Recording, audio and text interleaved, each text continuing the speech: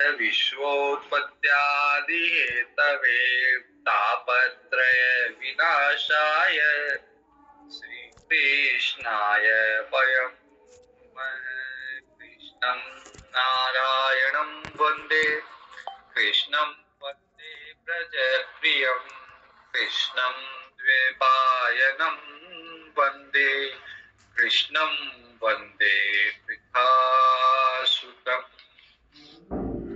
श्रीमद् भागवत महापुराण के तृतीय स्कंद में कपिल भगवान माँ देवहूति को ज्ञान दे रहे हैं, सांख्य शास्त्र का ज्ञान, जिसमें कपिल भगवान आत्मा का ज्ञान और फिर अष्टांग योग का ज्ञान के बाद में भक्ति योग का ज्ञान कर दिया। तो भक्ति योग के ज्ञान में हमने देखा कि भगवान ने तीन तरह की भक्ति बताई, तामसिक, राजसिक और सात्विक। उसके बाद में भगवान ने कहा कि जो निष्काम भक्त होता है वो हर तरह की मुक्ति से भी ऊपर उठ जाता है, उसको मुक्ति का भी निरादर कर देता है, मुक्ति की भी आवश्यकता उसको नहीं रहती भक्त के लिए, निष्काम भक्त के लिए। और मुक्ति को निरादर भी करता है और तीनों लोकों के, न केवल पृथ्वी के बल्कि किसी भी लोक के भोग उसको आकर्षित नहीं करते फिर, या जो भोग जिनके बारे में हम सोच सकते हैं, कल्पना भी कर सकते हैं कि ऐसा भी भोग हो सकता है, जो उपलब्ध है वो तो है ही है, उससे आगे बढ़कर हम कल्पना भी करें कि भाई ऐसा भी भोग हो सकता है, वो भी उसको आकर्षित नहीं करता। कोई कहे कि जैसे कोई कहे कि भारत में तो इतना ही भोग है, इससे बढ़कर भोग तो अमेरिका में है, अमेरिका में इससे बहुत ज्यादा बढ़कर भोग विलास है। लेकिन इस व्यक्ति को जो भगवान का भक्त है, इसको रुचि नहीं है भोग में, तो क्या यहाँ का भोग क्या अमेरिका का भोग, उसको कोई मतलब ही नहीं है। कोई कहे कि पृथ्वी लोक का भोग तो कुछ भी नहीं है, स्वर्ग का भोग बड़ा दिव्य है। लेकिन इस व्यक्ति का जो भगवान का भक्त है, उस भक्त का अब ध्यान केवल भगवान पे है, तो वो स्वर्ग लोक के भोगों की तरफ भी आकर्षित नहीं होता। तो वो तीनों गुण, तामसिक, राजसिक और सात्विक, इनसे पार चला गया। अब उसको न कोई तामसिक गुण भान, जीव को इन तीनों गुणों ने बांध रखा है। गीता जी में हमने देखा था, जब गीता जी पढ़ रहे थे, कि जीव अगर इस संसार से बंधा हुआ है तो वो तीनों गुणों में ही बंधा हुआ है, कोई तामसिक में बंधा हुआ है, कोई राजसिक में, कोई सात्विक में। लेकिन जो भगवान का निष्काम भक्त है, वो तीनों गुणों को पार, गुणातीत अवस्था में पहुंच गया है। जो गुणातीत अवस्था है वो आनंद की अवस्था है, वो अलौकिक अवस्था है, वहां वो भक्त भगवान का पहुंच गया। उसके बाद हमने देखा कि भक्त बनने के लिए क्या क्या करना होता है। तो उसके लिए कि सबसे पहले अपने कर्तव्य कर्म का पालन, जो भगवान ने दिया उस कर्म का पालन, कोई किसी की हिंसा नहीं करना, भगवान के दर्शन, पूजा करना, दर्शन करना, स्तुति गाना, वंदना करना, सब प्राणियों में भगवान का भाव करना, कोई भी प्राणी आ जाए उसमें भगवत भाव करना, महापुरुषों का संग करना, अपने से छोटा है उस पे दया करना, बराबर का है उससे मित्रता रखना, अपने से बड़ा है उसका सम्मान करना, फिर यम नियम का पालन करना, अध्यात्म शास्त्र का नित्य अध्ययन करना। ये सब चीजें उसके मन को शुद्ध करती है और शुद्ध मन से भगवत भक्ति की प्राप्ति होती है।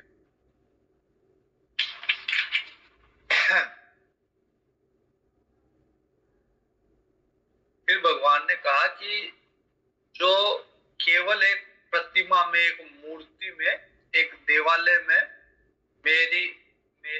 मेरी भावना करते हैं, मेरी पूजा करते हैं वो अभी बच्चे हैं, मतलब भक्ति की दृष्टि से अभी प्रारंभिक अवस्था है उनकी, कि प्रौढ़ अवस्था नहीं है। जो प्रौढ़ अवस्था वाले मेरे भक्त है वो एक प्रतिमा में नहीं, एक देवालय में नहीं, एक मंदिर में नहीं, बल्कि सब में मेरे दर्शन करते हैं।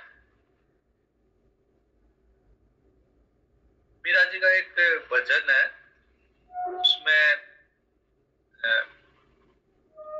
उसमें वो लाइन एक है कि महिला महिला में मीरा जी को महल के हर कोने में भगवान दिखते थे।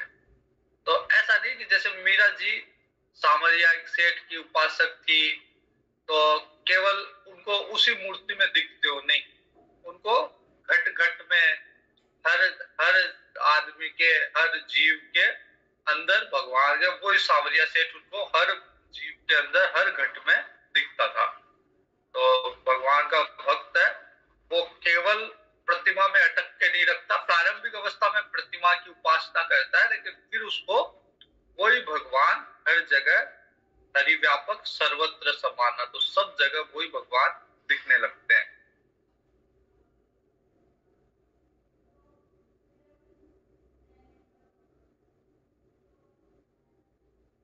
अब फिर उसके बाद में कपिल भगवान ने कहा था कि वृक्ष आदि जो जीव है उनसे उनसे अच्छा जीव है जिनके जो मन हो, और उससे भी अच्छा जीव है जिसमें इंद्रियां हो, उससे भी अच्छा जीव है जिसके चार पैर हो, गतिशील हो, उससे भी अच्छा जीव है जो दो पैरों वाला मतलब मनुष्य हो, उससे भी मनुष्यों में भी जो ब्राह्मण है वो श्रेष्ठ है, ब्राह्मणों में भी जो जो वेद का अध्ययन करता है वो ब्राह्मण श्रेष्ठ है, वेद के अध्ययन में भी उसका जो अनुभव करता है वो श्रेष्ठ है, और अपने जीवन में पालन करता है उस विद्या का वो श्रेष्ठ है, और उन सब से भी श्रेष्ठ है जो अनासक्त भाव से और भगवान की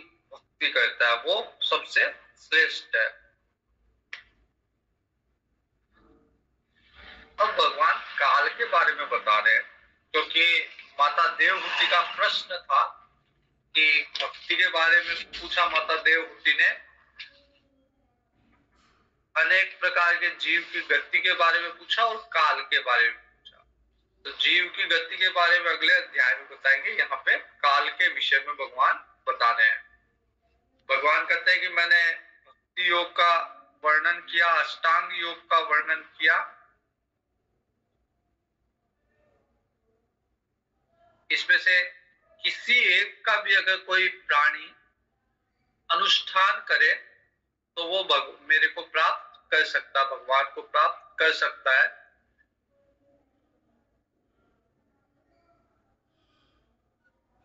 और भगवान का अद्भुत एक प्रभाव संपन्न विचित्र एक स्वरूप विशेष है जिसका नाम है काल। काल भगवान का ही स्वरूप है, और प्रकृति पुरुष इसी का रूप काल से ही उत्पन्न हुए हुए प्रकृति और पुरुष, लेकिन इससे पृथक भी है, सिर्फ प्रकृति और पुरुष नहीं है, उससे बढ़कर भी काल है। नाना प्रकार के जितने भी कर्म व्यक्ति कर रहा है, और जितने भी ब्रह्मा, एक छोटे से छोटे मच्छर से लेकर ब्रह्मा जी तक के जीव है, सब प्राणी इस काल से भय खाते हैं, काल से प्रभावित है। काल जो है छोटे से छोटे मच्छर से लेकर ब्रह्मा जी तक सबको, सबकी उत्पत्ति विनाश काल के अंतर्गत ही है। तो अंत प्रविश्य भूतानि भूतेरित्ते खिलाश्रय है स विष्णवाक्योधि यज्ञो सो काल कलयताम प्रभु। जो सबका आश्रय है, सारे प्राणियों का आश्रय है, और प्राणियों में अनुप्रविष्ट होकर भूतों द्वारा ही उनका संगार करता है। काल खुद कुछ नहीं करता, लेकिन एक दूसरे भूत से, एक दूसरे जीव से ही एक दूसरे का संगार कराता है काल। न चास्य कश्चित न चास्य कश्चित दैतो न द्वेष्यो न बांधवः आविशित्य प्रमत्तोषो प्रमत्त जनमंत कृत। काल का न कोई मित्र है, न कोई शत्रु है, न कोई सगा संबंधी है। काल सर्वदा सजग रहता है, किसी से मित्रता का व्यवहार नहीं निभाता, किसी से शत्रुता का व्यवहार नहीं निभाता, हमेशा सजग रहता है। और भगवान अपने स्वरूप भूत भगवान उनको भूलकर जो भोग में लगे हुए हैं, प्रमाद में पड़े हुए प्राणियों पे आक्रमण करके उनका संहार कर देता है।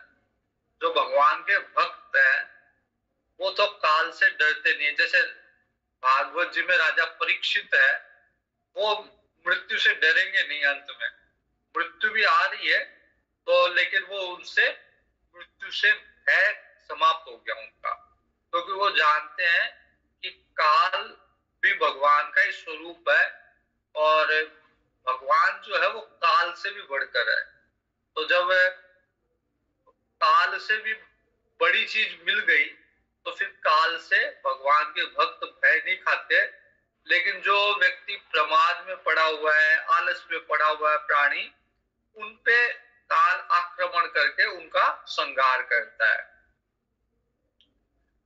यद भयात् वाति वातो अयं सूर्यस्तपति यद भयात् वर्षते देवो भगणो भाति यद भयात्। काल के ही भय से वायु चलती है और इसी के भय से सूर्य तपता है, इसी के भय से इंद्र वर्षा करता है और इसी के भय से तारे चमकते हैं। इसी से भयभीत होकर औषधि वनस्पति फल फूल देती है, इसी के डर से नदियां बहती है, इसी के डर से समुद्र अपनी मर्यादा के बाहर नहीं आता, इसी के भय से अग्नि प्रज्वलित रहती है और इसी के भय से पृथ्वी डूबती नहीं है।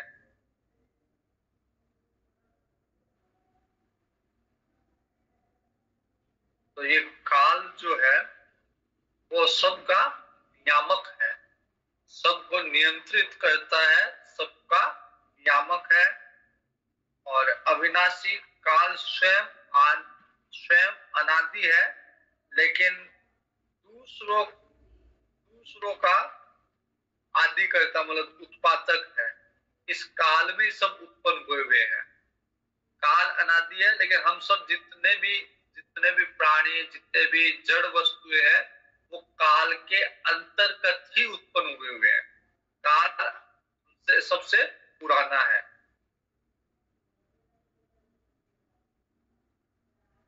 और यही पिता से पुत्र की उत्पत्ति करवाता है काल, और फिर अपनी शक्ति से उसका संहार कराता है।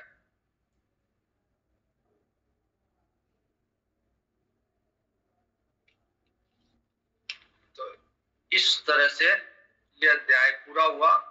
फिर अगले अध्याय में भगवान कपिल देव जी कहेंगे कि माता जी,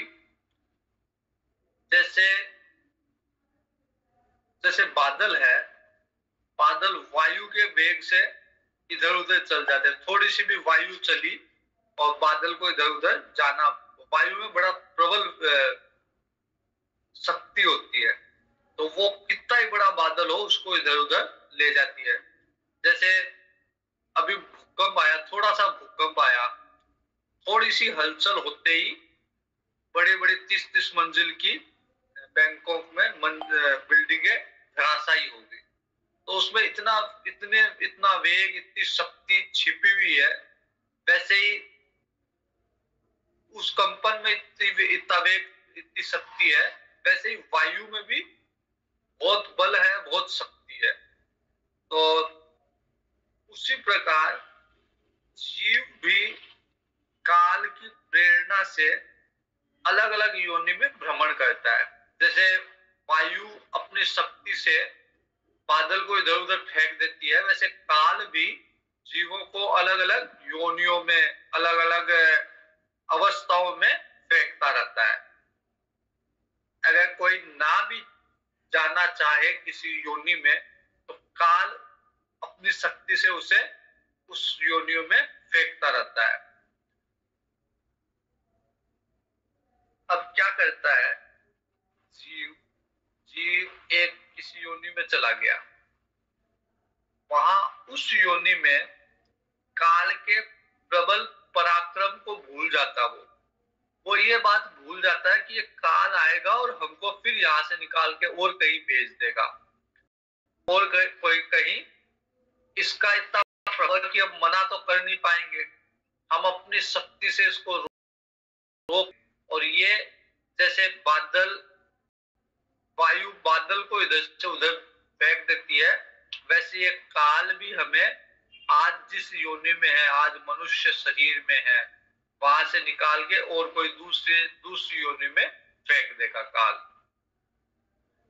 तो ऐसे ही भ्रमण करते रहेंगे। लेकिन जिस भी योनि में जाता है जीव, वो क्या करता है कि सुख की अभिलाषा करता है।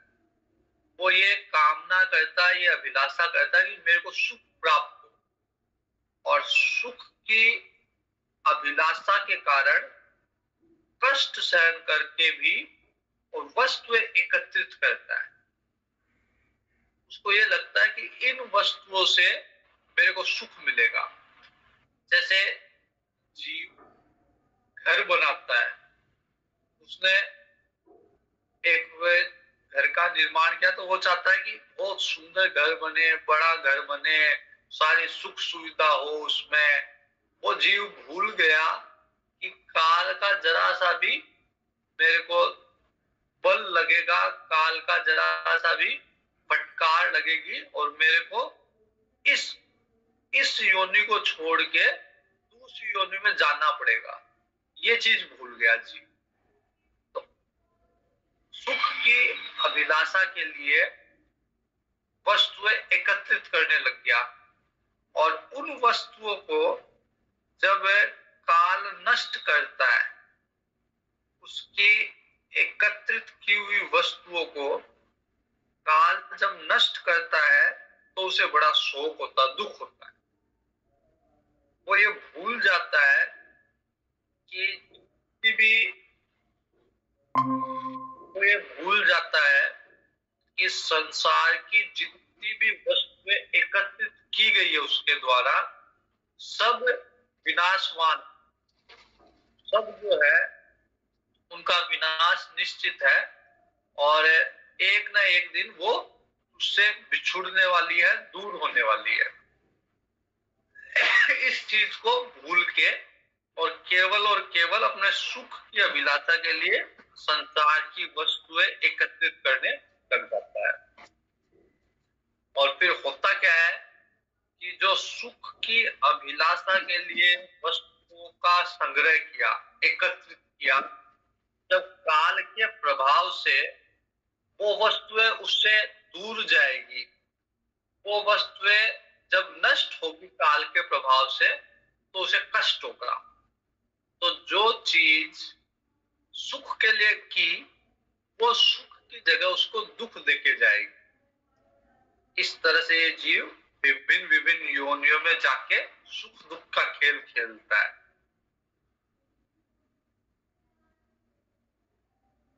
इस नाशवान शरीर को, अपने शरीर के संबंधियों को, अपने घर को, खेत को, धन को मोह के कारण नित्य मान लेता है। मतलब ये जानते हुए भी कि सारी की सारी चीजें अनित्य है, विनाशवान है, इनका नाश निश्चित है, लेकिन फिर भी मोह उत्पन्न हो जाता है। जैसे कोई भी पति नहीं चाहता कि उसके रहते उसकी पत्नी की मृत्यु हो।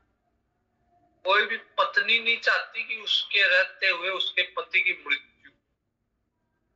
वो तात्विक दृष्टि से या तत्व ज्ञान से ये सत्य है कि दोनों की मृत्यु निश्चित है, लेकिन मोह के कारण एक दूसरे की मृत्यु स्वीकार नहीं करते। जब होनी होती है तो हो जाती है, लेकिन उनकी इच्छा नहीं रहती कि मेरे रहते हुए मेरे पति की या मेरी पत्नी की मृत्यु हो। तो इसके पीछे कारण, भाई सत्य तो ये है कि मृत्यु होनी निश्चित है। वो भले ही विवाह के अगले ही क्षण हो जाए, अगले ही दिन हो जाए, या साल 2 साल 5 साल 10 साल 20 साल 25 साल 50 साल बाद, होना तो निश्चित है। किस काल में होगी ये पता नहीं, लेकिन किसी भी काल में हो सकती है, ये भी सत्य है। लेकिन मोह के कारण वो ये अभिलाषा पालता है कि ये चीज मेरे पास, ये वस्तु, ये संबंध, ये व्यक्ति या ये शरीर, मेरा खुद का शरीर चिर अनंत काल तक मेरे साथ बना रहे। तो ये जब अभिलाषा उसकी प्रबल होती है और उस आशा को जब ठेस पहुंचती है काल के द्वारा, तो उसे दुख होता है व्यक्ति को। लेकिन दुख का कारण ये नहीं है कि व्यक्ति का या उसके संबंधियों का या किसी वस्तु का नाश हुआ है। दुख का कारण मोह है। भाई नाश होना तो निश्चित है। नाश तो ये सारी वस्तुएं जो है वो है ही नाशवान, इनका नाश तो होना ही है।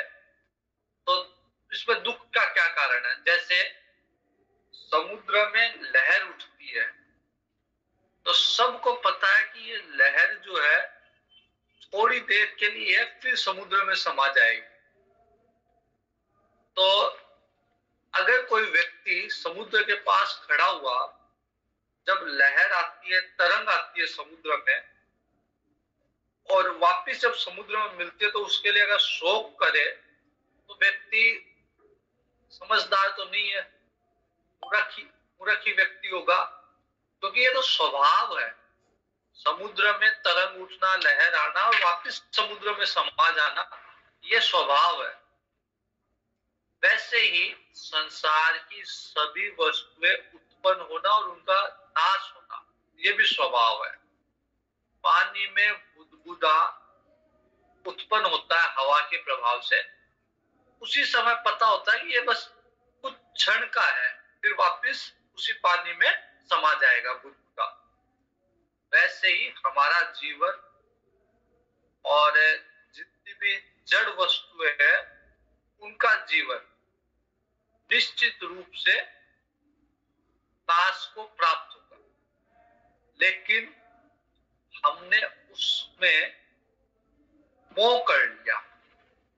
अब बैंकों में भूकंप आया, 1000 आदमी बता रहे मर गए, संख्या ज्यादा भी हो सकती है, 10,000 भी हो सकती है, लेकिन 1000 की तो घोषणा हो गई। हमें किसी को भी दुख नहीं हुआ, जबकि मृत्यु तो हुई है, 1000 व्यक्तियों की मृत्यु हुई है, लेकिन फिर भी दुख नहीं हुआ, क्योंकि वहां हमारा मोह नहीं है। वही हादसा, वही भूकंप अगर भारत में आता तो हमें तकलीफ होती, दुख होता। लेकिन उससे भी बढ़कर दुख होता अगर वही भूकंप राजस्थान में आता। लेकिन अगर बांसवाड़ा में, डूंगरपुर में, उदयपुर में, दूर दराज के क्षेत्र में आया है, हमें कोई ज्यादा फर्क नहीं पड़ता। लेकिन वही भूकंप अगर हमारे शेखावाटी में, आसपास के इलाके में आता, तो हमें ज्यादा तकलीफ, और उससे भी ज्यादा तकलीफ होती है अगर वही भूकंप हमारे शहर में, फतेहपुर में, जहां हम रहते हैं, वहां आता, तो उससे ज्यादा तकलीफ होती। और वही भूकंप अगर हमारे घर में आता तो हमें बहुत ज्यादा तकलीफ होती। तो भूकंप तो वही है, मृत्यु भी उतनी है, नुकसान भी उतना ही है, लेकिन वहां पे हमारा मोह नहीं है। तो दुख का कारण मोह है, जिसको हमने अपना समझ लिया, बस दुख उसी में है। बाकी दुनिया, पूरी दुनिया नष्ट हो जाए, हमें क्या फर्क पड़ता है। एक एक सेठ जी थे, तो वृद्ध हो गए थे सेठ जी, फैक्ट्री थी सेठ जी की। सेठ जी वृद्ध हो गए थे, तो उनको लगा कुछ स्वास्थ्य ठीक नहीं है, तो उनको लगा कि अब इलाज के लिए बाहर जाना पड़ेगा। तो क्यों न, वृद्ध तो वैसे भी हो गए, फैक्ट्री का कामकाज जो है पुत्र को सौंप दे। पुत्र को फैक्ट्री की सारी जिम्मेदारी देके और अपने निवृत्त हो गए उस कार्य से, और फिर बाहर जाके जो इलाज करवाना था वो इलाज करवा के आ गए। जैसे ही आए अपने शहर में, उन्होंने एयरपोर्ट से आ रहे थे, तो उन्होंने देखा फैक्ट्री के सामने से जैसे ही जा रहे थे, उन्होंने देखा कि फैक्ट्री में आग लगी हुई है। पूरी फैक्ट्री जलते धुआं धुआं, पूरी फैक्ट्री जल चुकी। उन्हें बड़ा तकलीफ हुई, उन्हें हार्ट अटैक की शिकायत हुई, हार्ट अटैक लगभग आ ही गया, मतलब इतना कष्ट हुआ, इतनी पीड़ा हुई। तो उन्हें हॉस्पिटल में ले जाया गया। भयंकर कष्ट हो रहा था, भयंकर पीड़ा हो रही थी, भयंकर दुख था कि फैक्ट्री इतनी मेहनत से मैंने खड़ी की, इतनी मेहनत की, जिंदगी भर की मेहनत से फैक्ट्री लगाई, और मैं छोड़ के गया, लड़के को संभाल ला के गया, उसने ध्यान नहीं रखा होगा, पता नहीं क्या कारण रहे होंगे, फैक्ट्री पूरी जल गई, मेरी जिंदगी भर की कमाई गई। और हॉस्पिटल में जैसे ही बेटा आया, और बेटे ने कहा, पिताजी मैंने तो ये फैक्ट्री 1 सप्ताह पहले ही बेच दी थी, और उसका सारा मूल्य मैंने प्राप्त कर लिया।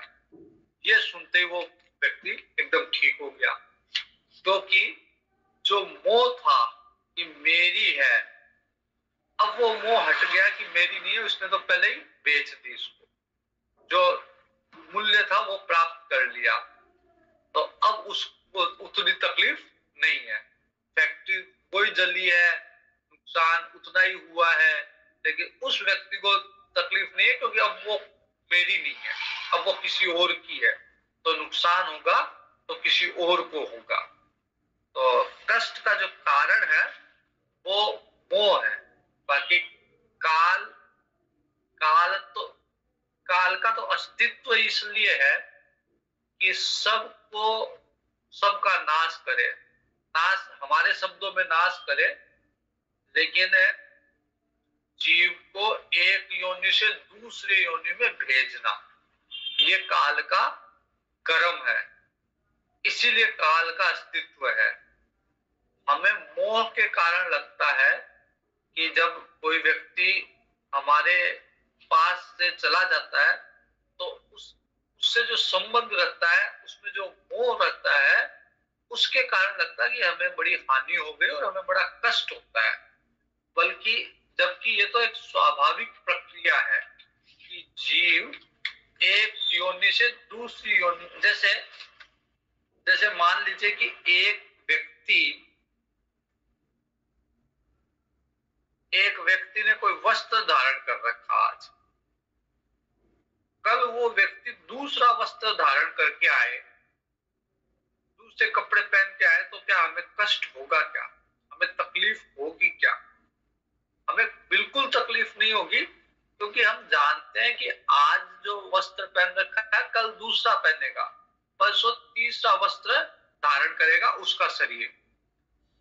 वैसे ही ज्ञानी पुरुष को इस बात की कतई तकलीफ नहीं होती कि किसी व्यक्ति की मृत्यु हुई है, क्योंकि वो जानता है कि ये जीव आज इस शरीर में है, कल ये दूसरा शरीर धारण करेगा, परसों ये तीसरा शरीर धारण करेगा। तो ज्ञानी पुरुष इस चीज से प्रभावित नहीं होता कि जीव ने एक शरीर को त्याग दिया। एक बार किसी महिला को ये मेरे को बताना था कि मृत्यु हो गई, उसके परिवार में कोई मृत्यु हो गई। सफाई कर्मचारी थी वो महिला।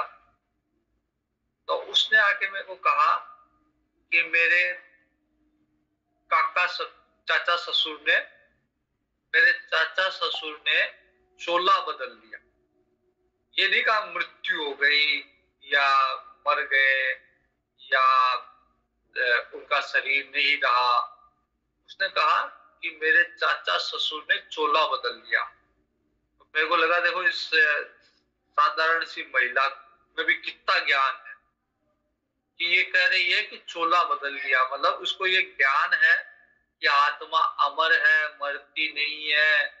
जो गीता जी का दूसरा अध्याय है वो उसका ज्ञान पूरा उस महिला को है कि आत्मा अमर है, मरती नहीं है, एक देह से दूसरे देह में प्रवेश करती है, एक योनि से दूसरी योनि में जाती है। ये सारा का सारा जैसे एक व्यक्ति पुराने कपड़े छोड़ के नए कपड़े पहनता है, वैसे ही आत्मा जो है एक देह को त्याग कर दूसरे देह को ग्रहण करती है। तो इसमें ज्ञानी पुरुष को कोई शोक नहीं होता क्योंकि वो समझता है ये साधारण प्रक्रिया है। और जो अज्ञानी है वो मोह के कारण इस चीज में, इस प्रक्रिया में शोक करता है। उसको लगता है कि मेरे साथ जो इतने दिन से था अब नहीं रहा। तो जो मोह है उसके कारण शोक है।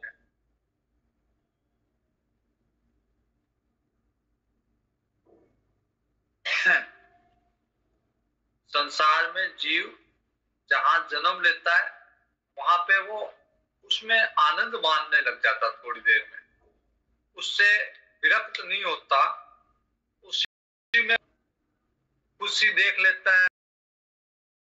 ये संसार है, इसी में आनंद, इसी में थोड़ा सा मस्त हो जाता है।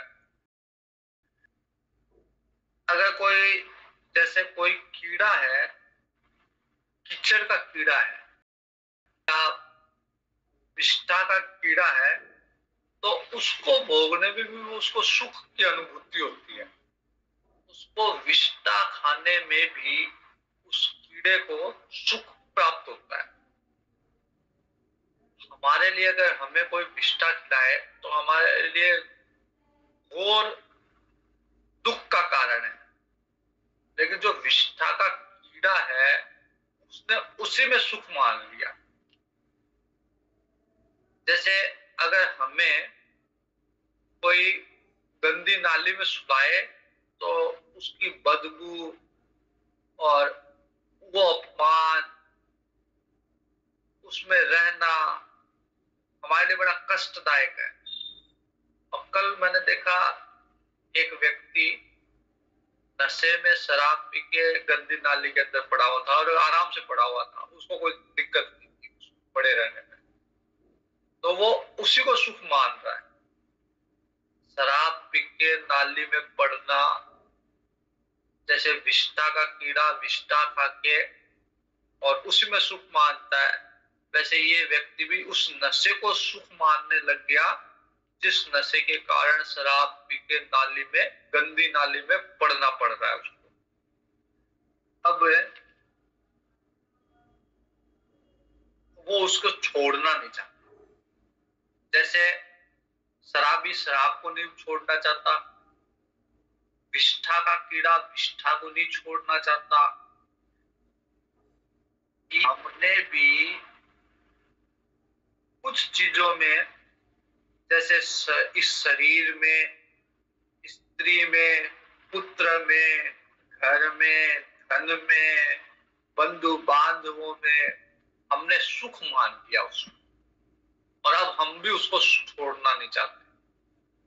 कोई अंतर नहीं है कि शराबी शराब को नहीं छोड़ रहा, विष्ठा का कीड़ा उस विष्ठा को नहीं छोड़ रहा, और हम अपनी संसार को, अपने घर को, बच्चे को, अपने पति पत्नी को, इनको नहीं छोड़ रहे।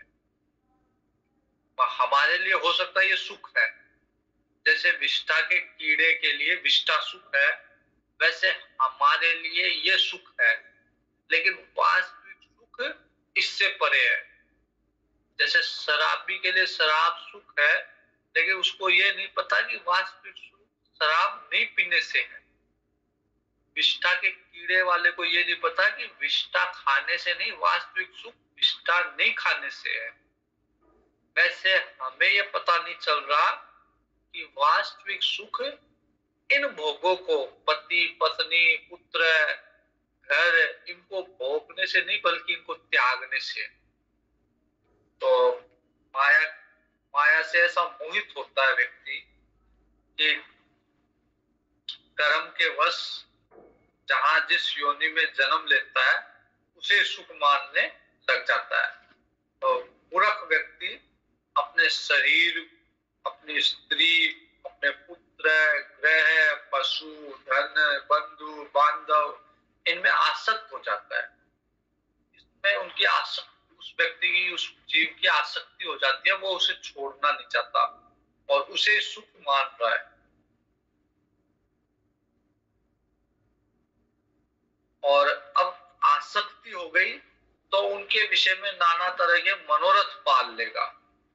जैसे घर है तो उसमें मनोरथ पाल लेगा कि इस घर को बड़ी कोठी बनाऊंगा, इसमें अब अगली बार टाइलें लगवा दूंगा, मार्बल लगा दूंगा, इसको और सुंदर बनाऊंगा और इसको भव्य बनाऊंगा।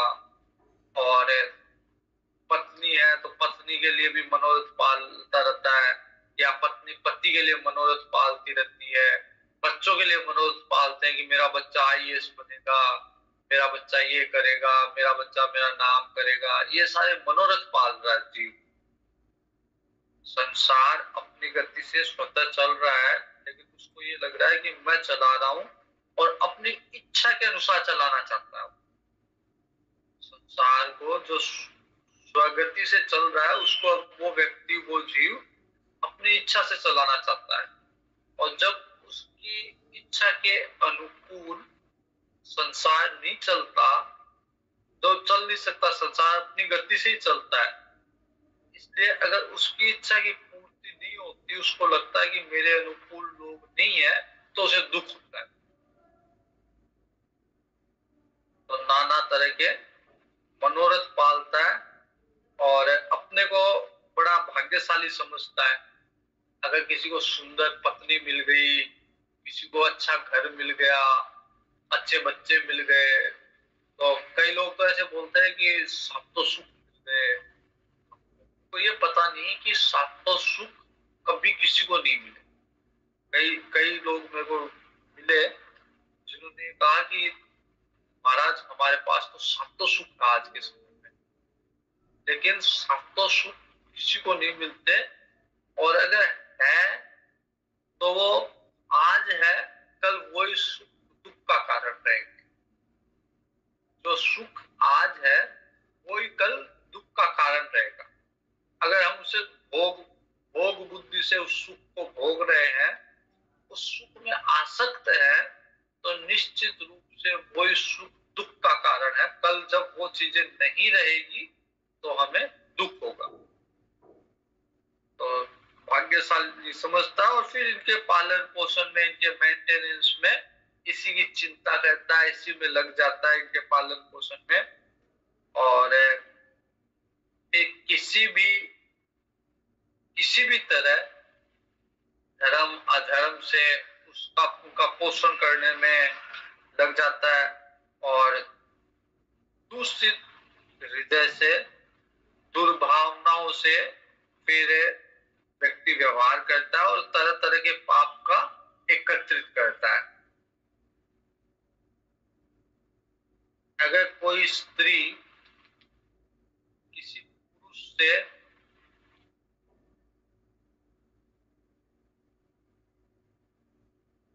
एकांत में प्रेम प्रदर्शित कर दे, या कोई छोटा बच्चा अपने पिता को तोतली बोली में रिझाने का प्रयास करे, तो व्यक्ति उन सब में फंस जाता है, गृहस्थी में फंस जाता है। पत्नी की मीठी बात से, बच्चे की तोतली बोली से, मीठी मीठी बातों से घर में फंस के मेरे कपट पूर्वक कर्मों में लग जाता है। अब उसको लगता है कि मेरी पत्नी, मेरे बच्चे, इनको दुनिया का सारा सुख लाते,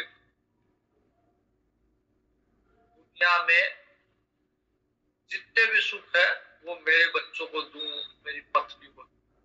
उसके लिए मेरे को जो भी करना पड़े मैं करूं, उसके लिए चाहे मेरे को अधर्म का आचरण करके भी कमाई करनी पड़ेगी तो मैं करूं। इस तरह के उसमें भाव विकसित होते हैं और फिर वो व्यक्ति इन चीजों में, इन कर्मों में लिप्त होता जाता है। और अगर कोई दुख आने वाला है और वो उसने उसको रोक लिया, जैसे कोई आर्थिक संकट या स्वास्थ्य के संबंध में संकट कोई आने वाला है, उसने अगर रोक लिया तो उसे लगता है कि मैंने बहुत बड़ी सफलता है, वरना तो हम बहुत नुकसान में चल जाते हैं, लेकिन मैंने मेरे पुरुषार्थ से इसको रोक लिया। तो अब उसका चिंतन जो है वो अपने परिवार, अपने शरीर, अपने पत्नी, अपने बच्चों तक ही सीमित रह जाता है और किसी भी वृत्ति से भले हिंसा करके भी वो धन का संचय करेगा, लेकिन अपने परिवार को प्रसन्न रखने के लिए वो सारे काम करेगा, लेकिन उसे ये नहीं पता कि वो नरक में जाने का रास्ता तैयार कर रहा है। अब आगे नरक क्या है, नरक में कैसी यातना मिलती है, इस विषय में पूर्णमद पूर्णमिदं पूर्णात् पूर्णमुदच्यते पूर्णस्य पूर्णमादाय पूर्णमेवावशिष्यते।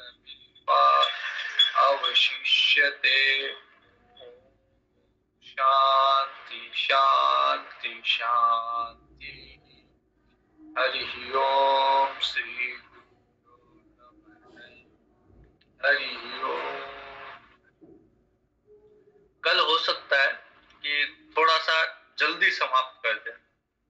एक यहाँ पे कोई कवि सम्मेलन है रात को, तो वो बोल रहे हैं आने के लिए। एक बार तो मैंने मना किया, देखते हैं अगर जाना होगा तो फिर जल्दी थोड़ा सा समाप्त करेंगे, 9:45 या 10 शुरू उसी टाइम पे करें।